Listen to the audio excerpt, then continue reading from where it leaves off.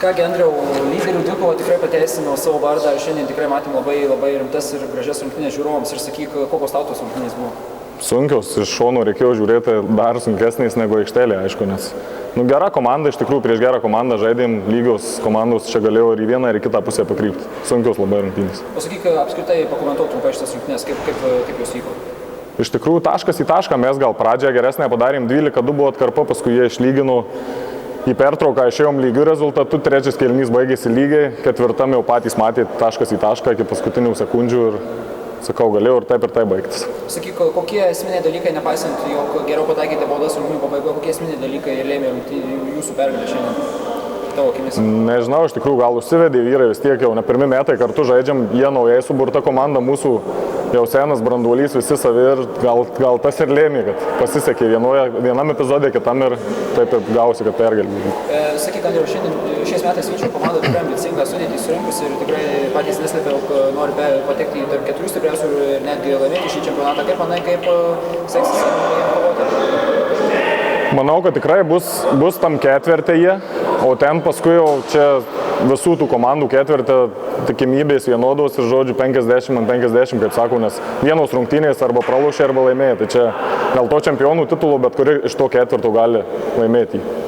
Sakyk, Andriau, dabar jau įveikus gan pajėgę Vyčio komandą, kol kas be pralaimimų žygiuot, kaip manai, kokie šansai jūsų iš vis užbaigti čempionatą pergalingai reguliarųjį ir tapti reguliariojo sezono pirmosios vietos nugalėtojais? Sunkių, iš tikrųjų dar likę rungtynių yra ŽSM jaunystėje, kur tikrai, sakyčiau, net ne finalų ketvirtį, o finale turėtų lošti šiais metais. Tas pats Liudvinavas, kitas kol kas buksuoja, bet tikrai įsivažiuos, garantuoju. Kolegija sustiprėjus vėl. Yra kokios 5-6 komandos, kurios tikrai kaip į atlapus ir nebus čia lengva tikrai niekam. Ko pritrūko baudų pataikymų, nes nepataikym baudų gali ir taip gavosi. Apskritai, kokios tai buvo varžybos? Geros, emocingos ir labai sunkios. Sakyk, rungtynių gale, nepaisant baudų metimų, kas lėmė rungtynių nugalėtojai? Kas lėmė? Lėmė baudos nepataitos, tapart.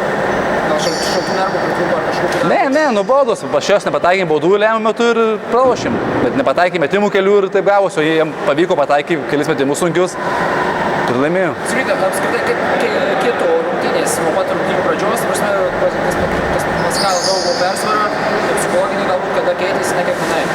Šiaip pati pradžia mums buvo labai sunki, nes buvo 13-2 ar 15-2. Paskui kažkaip įsikapsim į žuobės, paskui visą varžybas lošėm lygiai, gavus taip, kad kapojomės taškas į tašką, šiaip varžovai stiprūs rimti ir šiaip tikrai varžybos buvo sunkios ir geros, emocingos ir sunku buvo žaisti. O kaip manai, kada įvyko tas rungtynių lūžis pačioje pabaigoje, kaip manai, kada? Šiaip to lūžių nebuvo iš tikrųjų. Sakau, nepataikė mes, jie pataikė, vėl nepataikė, vėl pataikė, taip gavosi. Čia metimai, 2 metimai viską nulėmė. Paskutinės 30 sekundžių. Tai būtum mes pataikę, gal būtum laimėję mes, bet nepataikė. Kiek ko galima pasimokyti iš jų? Dabar mes į baudas po 1000 metų. Eisim, sakė treneris, mes baudas po 100 metimų turime mest. O jeigu rimtai, ko galima pasimokyti iš jų? Niekur, mes baudas reikia pataikyti ir viskas. Reikia pataikyti laisviem, kai mes metėm pirmam kėliny, antram nepataikėm, laisvi tritaškių, baudų nepataikėm, prasiveržiam. Ir čia labai salė, tu pusė labai slidi iš tikrųjų. Galėjai varžybų ten, nežinau, reikia pačiūžų. Supratau, Nerijau, sakyk, šis pirmasis pralaimėjimas kaip atsilieps toliau komandai? Manau, neigiamai. Neigiamai?